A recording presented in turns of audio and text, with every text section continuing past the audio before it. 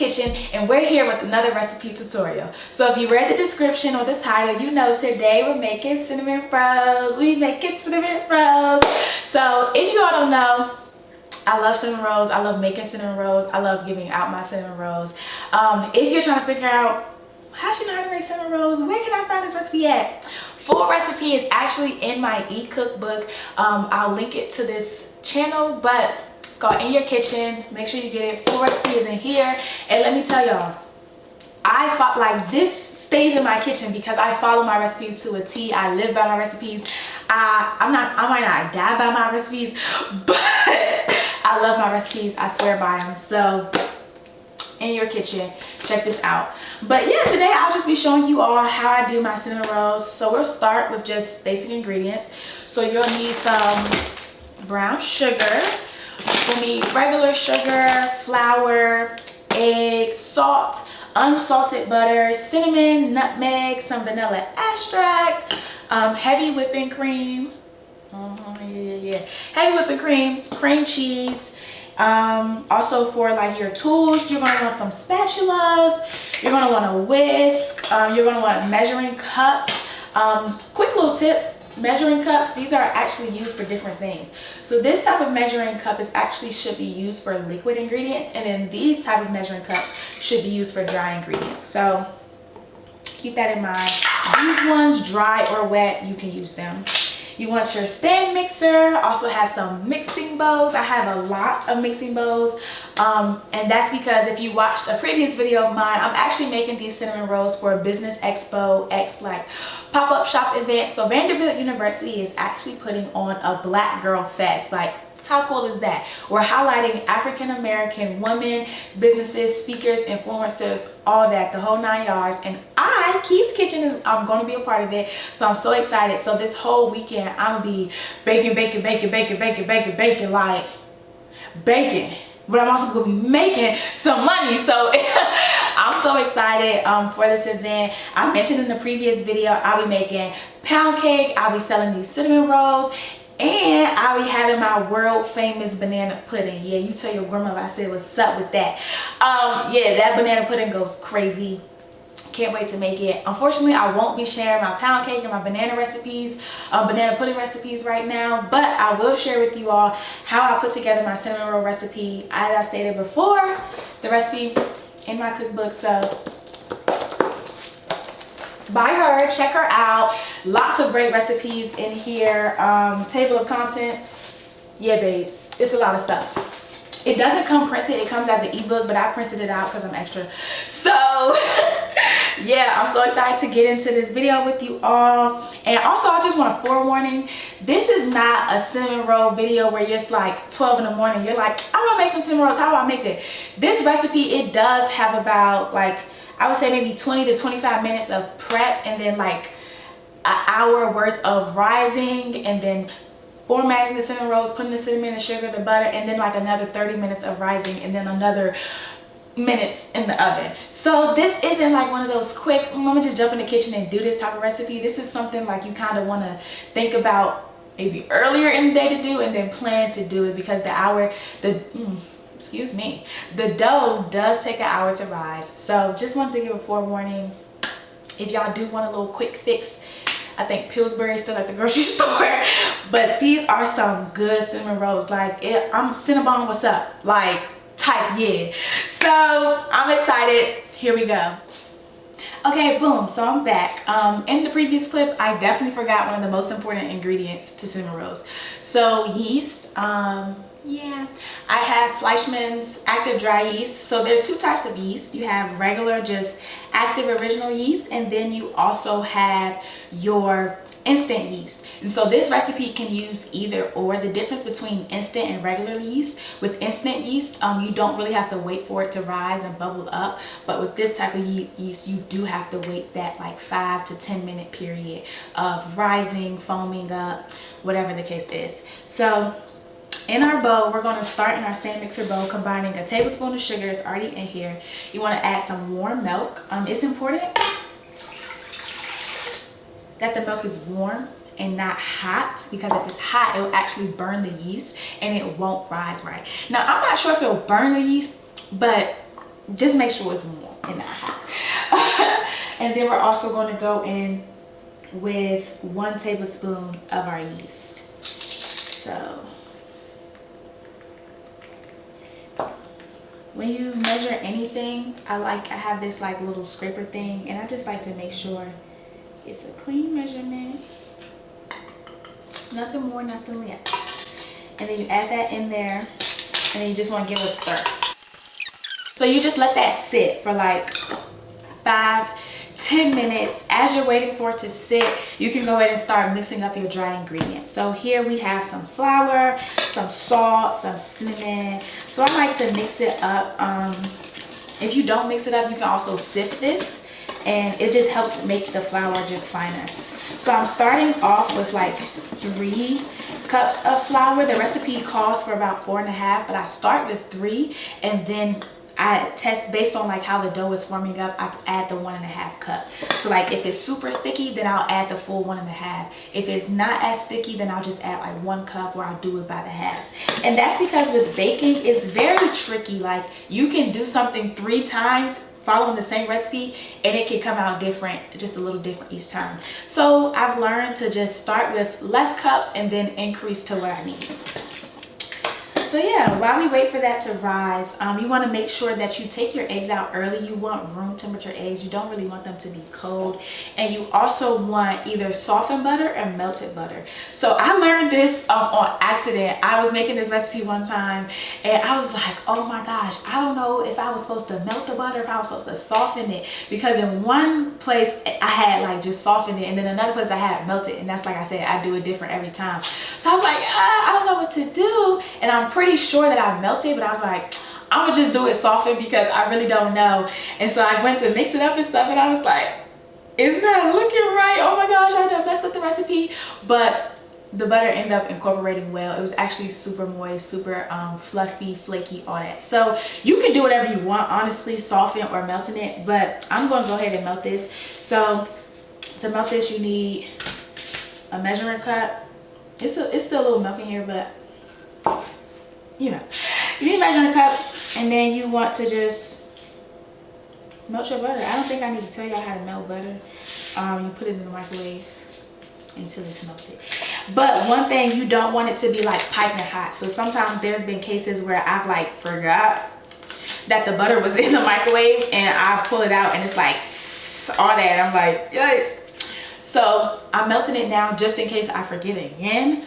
I'll know, and it have time to cool off while this foams up. All right, boom. So it's been about 5 or so minutes. So your yeast should start to look a little frothy, a little airy. I'm gonna insert a clip of what it should look like. Yeah, so it should look like that.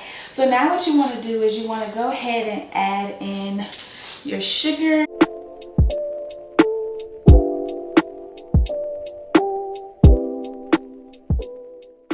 And then you just want to give it a little mix in your mixer.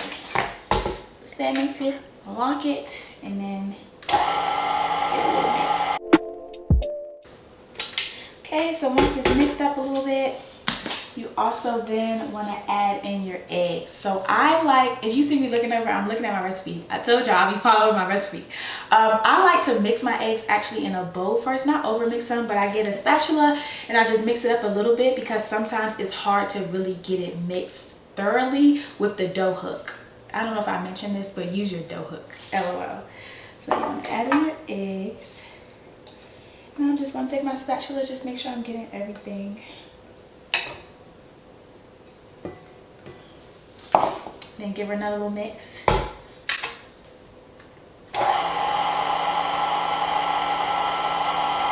Yeah, I love her. She's just so quiet and like calm. Like my other mixer, I love her too, but she like yeah. But this one be like yeah. Okay. So it's nice and incorporated. You see, I didn't mix it for long. It's not a lot that you want to do. And then we're going to slowly add in our dough. So you can either pour it in or you can scoop it in. Scooping it in is sometimes easier, because sometimes when you try to pour it in, depending on the size of your bowl, it can like go over. But it's your own preference. So I just started with about like 1.5 cups. other flour, lock, mix. So I'm just going to continue to add mix until it's a consistency that I like, and then I'm going to put it on my little thing right here and knead it out. So I'm going to start making space for that.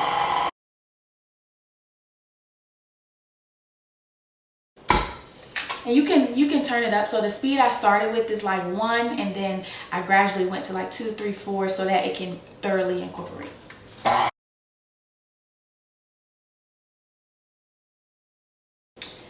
So you can probably see here, the dough is still like falling off very easily from the little hook. You can also touch it. If I touch it, there's still a lot of dough on my finger, which means it's still pretty sticky. So I'm going to add another ½ cup of flour. The goal is, as you continue to mix it with the stand mixer, it starts to lift up from the sides, because right now it's all around the sides, and you want it to start to lift up till it starts to form like a ball so that you can knead it. So I just added another ½ cup, just about a ½ cup. And I'll mix it again. Okay, so now you see it's slowly falling off. I'm going to scrape the sides because some of it got stuck to the sides. But yeah, it's definitely starting to form like a ball. And now when I touch it, not a lot of dough comes off. So I'm not going to add any more flour, but instead I'm just going to mix this up so that the stuff that was on the sides and the flour that was on the sides just incorporates more. You want your dough to be soft to the touch, but you don't want it to be, definitely don't want it to be hard to the touch. But you don't want it to be too sticky where you can't really work with it. So I'm just gonna let this mix a little bit. One thing that's cool about stand mixers, it actually is like a kneader too. So if you just let this go in there, it's kind of like kneading it. But then I also, do a little wrist work on my own.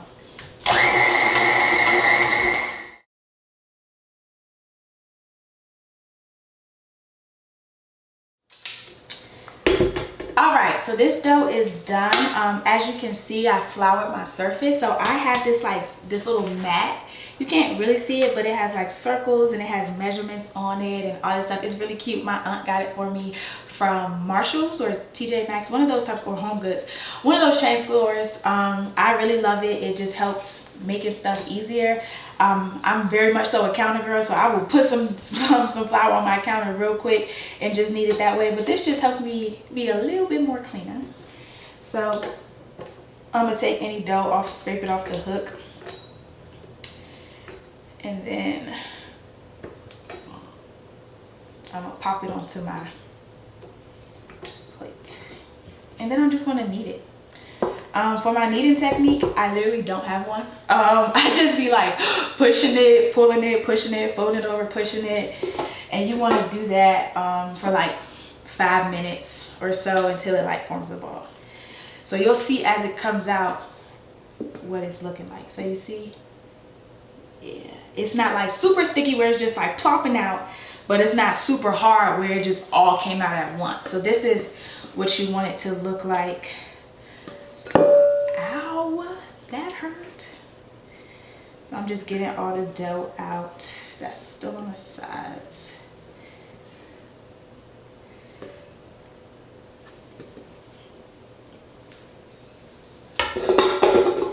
And then any extra flour that you have, you can use that to cover. So like this is probably maybe like barely ½ a cup of flour, so you can use that one to flour your surface.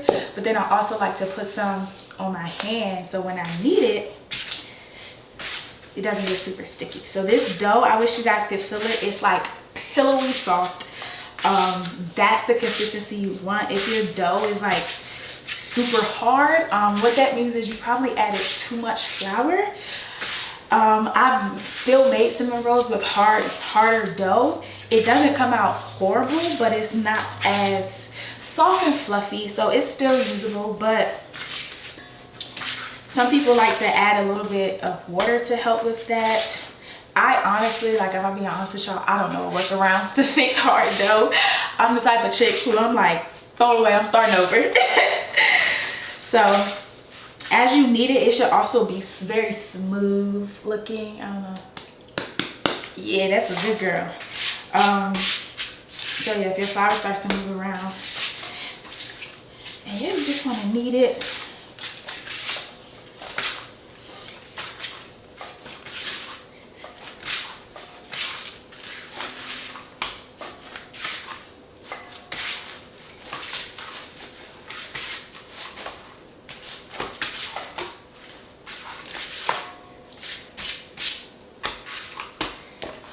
So if it starts to get sticky again, like, cause it will start to get sticky, I just take a little bit of flour and just put it on my hands. And that's cause I just don't want the dough to stick to my hands. But I also don't want to add too much flour. So I just take a little bit and stick it to my hands. And if it's a little sticky, like, that's okay. But as long as it's not like when you touch it and it's dough all over your hands, you don't want that. That is too sticky.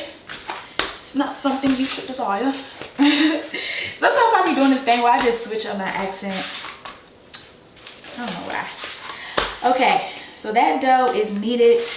What you want to do is, there's still some flour left in here. As I told you, I'm doing this for a event, so I actually have another dough ball that I have to make. So I'm just going to dump that here. And you want to take your bowl and you want to actually put like some oil in it. So if you have like olive oil, some vegetable oil, spray oil, anything, you want to rub it around in the bowl. And then take your lovely dough, place her inside, and then either cover it with a towel or plastic wrap. Sometimes I like to preheat my oven and set it near the oven so that it's in kind of like a warm space. But you want to let this rise for like at least an hour, and I'll be back in an hour.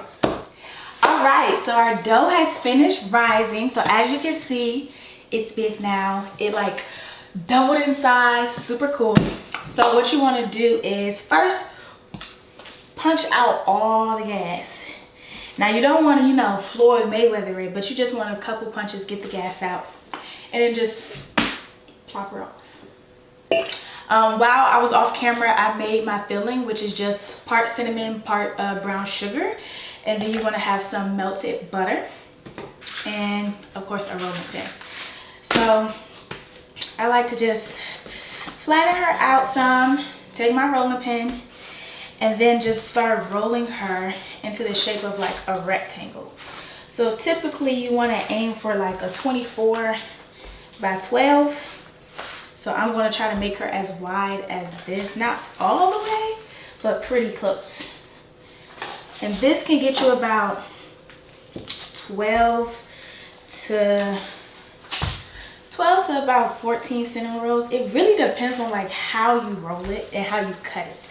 So if you roll it smaller, then you'll get a smaller number of cinnamon rolls. Also, you want to, I forgot to do this, but it's also good to flour your pen. So as you were seeing, it wasn't really as smooth as it could have been when I was rolling it because I forgot to flour my pen. So you just put some flour on the pen, and then you see how that's just so much easier to roll out. It's not really sticking to it. So just roll back and forth until you get your desired rectangle. And like I said, this mat has measurements on it, so I'm using it to help me measure. So I have this, it's called a bench scraper. It has measurements on the bottom. So before I had this mat, I would literally go and like measure how long it is to see if I was doing it right. So yeah, you don't want to roll it out too thin, but you also don't want it to be too thick. And so by doing it like that 24 by 12, that's just like a helper to help you figure out what.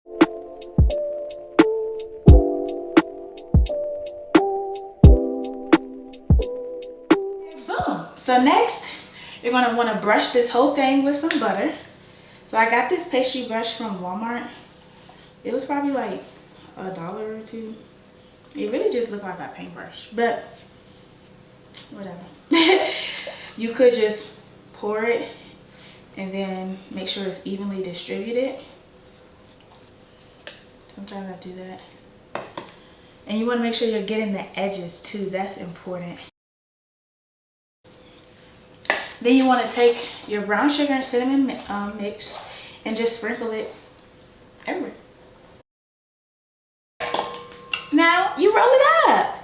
So you want to go a long ways basically, because you want the length of it, not the, I don't even know, but just roll it how I roll it. So I'm gonna start at the end, and then I just like pinch it up a little bit like that.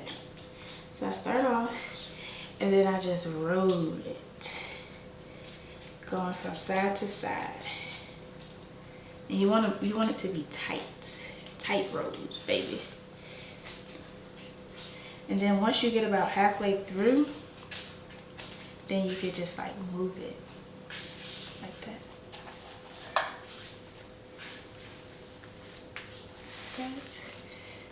And then I'll turn it. Just pull it towards me now. And then, boom! We got our cinnamon roll. Get it? It's cinnamon roll. A roll. Okay. So next, we have our baking pan. So I don't really do anything to the bottom. If you want, if there's any butter left, you can just brush the bottom of the pan, just so that it's not sticky. But we do something else to make sure it's not sticky as well. So yeah, brush the bottom of it. And then you want to cut your cinnamon rolls. So I usually cut them about 2 inches or like 1.5 inch, but it depends on what you want. So you can make them like 4-inch cinnamon rolls. You can make them like minis. You can do what you want, honestly, but that's how I do it. But I always want to make sure I have at least 12. So I'll like start off and I'll count like 1, 2, 3, 4, 5, 6, 8, 9, 10, 11, 12. So you see 12 stops right here. So I would have like 2 extra cinnamon rolls, which is cool with me. So then you go and cut them. So I do that and then cut. Boom. And then you want to take your cinnamon rolls and just line them up in the pan. Look at her. She's so cute. So yeah, just line them up in the pan. Put a little space between them. They friends, but still you want them to feel like individuals. I don't know. Okay. And you see, the reason why the butter on the edges is so important, I don't know if you can see, but you want to be able to seal off the cinnamon roll so that it doesn't open up. So like this one isn't that sealed, so I just press it in so that it doesn't unravel. That's not what you want, babes. And there's not a reason why I'm grabbing them this way. Some of y'all are probably like cringing because I'm just grabbing them from either side. My apologies. But yeah. So let's see, I got 1 extra one. So I could probably fit her in between here. No biggie-o. Boom. Here's our cinnamon rolls. So cute. And so couple more steps. I like to get some heavy whipping cream, not a lot, and I'll just like, this actually isn't in my recipe because I just started implementing this, but like I'll just go in and just like line the bottom a little bit with heavy whipping cream. I don't know what it does, but like the cinnamon rolls kind of soak it up and it makes them even more fluffy and soft. So I literally just line the bottom of it, not too much, and then just swift it around. And you see one of my cinnamon rolls came apart. Come on, girl, don't be embarrassing me. Okay.